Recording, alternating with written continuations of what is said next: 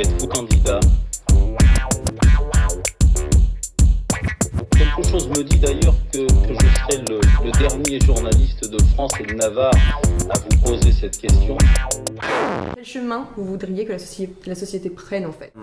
Moi j'étais au FN, j'ai été élu dans ma commune pour une liste Front National que j'ai dirigée. Je m'intéressais beaucoup aux religions et j'ai fait la démarche d'approfondir mes connaissances sur l'islam que je connaissais très peu et qu'on critiquait beaucoup à travers le Front National. Et par la suite, par mes démarches, j'ai décidé de me convertir à l'islam. Quand je me suis converti à l'islam, j'ai reçu des lettres de menaces et dedans on me disait retourne dans ton pays. Du coup, je pense que ça donne une bonne vision des choses dans le sens que pour certains, le fait de se convertir à l'islam, c'est changer de peuple. Il y a beaucoup de gens qui disent ça alors qu'ils disent je suis musulman parce qu'ils sont maghrébins ou quoi que ce soit, tu vois. Ouais. Si tu vois le genre. Alors que le prophète, en vérité, pas du tout. Un de ses derniers discours, si je ne me trompe pas, un peu avant de mourir, c'était sur une montagne, bref, il a pas déjà. Ouais.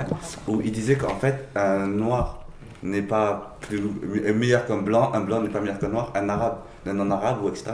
Si ce n'est par la piété. Avec Daesh, pour les gens, vous allez dire qu'est-ce que c'est qu'un martyr?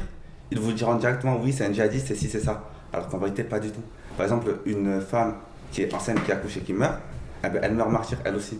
En fait, il y a beaucoup d'ignorance en fait. Qu'est-ce qu'on pourrait faire en fait justement pour éviter cette ignorance quoi Moi je suis dans une association qui s'appelle Coexister. Je suis responsable du pôle dialogue et justement l'objectif c'est de pouvoir mieux connaître. Parce que forcément, beaucoup de personnes disent que la haine souvent vient d'un fossé, d'un creuset de l'ignorance, pardon. On dit la politique c'est souvent diviser pour mieux régner. Et c'est ce que font les partis finalement un peu aujourd'hui. Ils s'accrochent en fait aux idéaux de chaque personne pour les alpaguer et ensuite ils votent pour eux. Emmanuel Macron il a une démarche totalement différente en faisant un parti en se disant qu'il est ni de droite ni de gauche. Mieux que ça, il y a une personne qui était intervenue lors de ces meetings qui a dit je suis et de gauche et de droite. C'est-à-dire que c'est pas le ni de Sarkozy, c'est le oui et oui. Oui et oui. Et j'ai trouvé cette démarche ultra intéressante.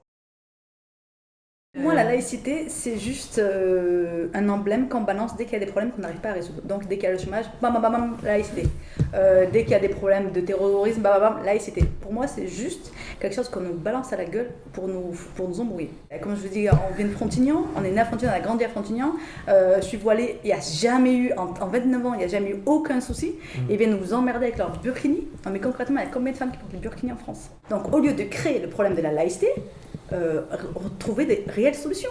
Mais par exemple, le problème des mosquées. Pour moi, les mosquées, c'est à nous de nous les construire pour avoir une totale indépendance. Après, effectivement, c'est vrai que dans certains cas, on galère financièrement où les mosquées, ça vaut des millions d'euros. Donc, nous, de nos petites poches, évidemment qu'on on même beaucoup en tant que musulmans et on aimerait que les musulmans puissent pratiquer leur islam en paix et en toute tranquillité, ne pas prier, par exemple, dans les rues. Mais après, je pense que ça c'est à nous de nous organiser. Après, moi, il y avait un truc que Hollande avait promis qu'il n'avait pas fait, c'était le vote pour les immigrants, les gens qui vivaient en France. Pour les étrangers. Ouais. Et ça, par contre, c'est pas passé parce que moi, mon père, il est là depuis X années. Et du coup, il n'a pas le droit de vote. Et moi, je m'en souviens que quand j'étais jeune, mon père, il m'obligeait à aller voter en me disant tu votes à gauche, tu votes PS. Et du coup, je me dis purée, mon père allait voter, c'est super, il va arrêter de me gonfler. Et ben, au final, bim, il va pas voter. C'est un sujet hyper intéressant, le droit de vote des étrangers, parce que je trouve que c'est pas facile de se positionner dessus. Parce que finalement, quelle serait la différence entre un Français et d'un non-français si eux-mêmes ils ont le droit de vote? Bah alors, après le non-français, là on parle des gens, mon père il est là depuis 40 piges quoi.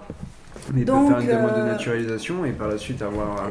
Après c'est la paperasse. Bon maintenant c'est vrai que ça depuis juillet ça s'est beaucoup plus amélioré. Mais à l'époque c'était la galère. Donc les gens ils sont là depuis 40 ans, depuis 50 ans, ils bossent, vraiment ils sont français quoi, ils vont plus dans leur pays. Ils y vont une fois tous les 2 ans, un mois, 30 jours sur 700 jours. Ils n'ont pas le droit de vote. Finalement, à quoi ça sert d'être français si tu peux voter en n'ayant pas la nationalité française? Alors, français, c'est que voter?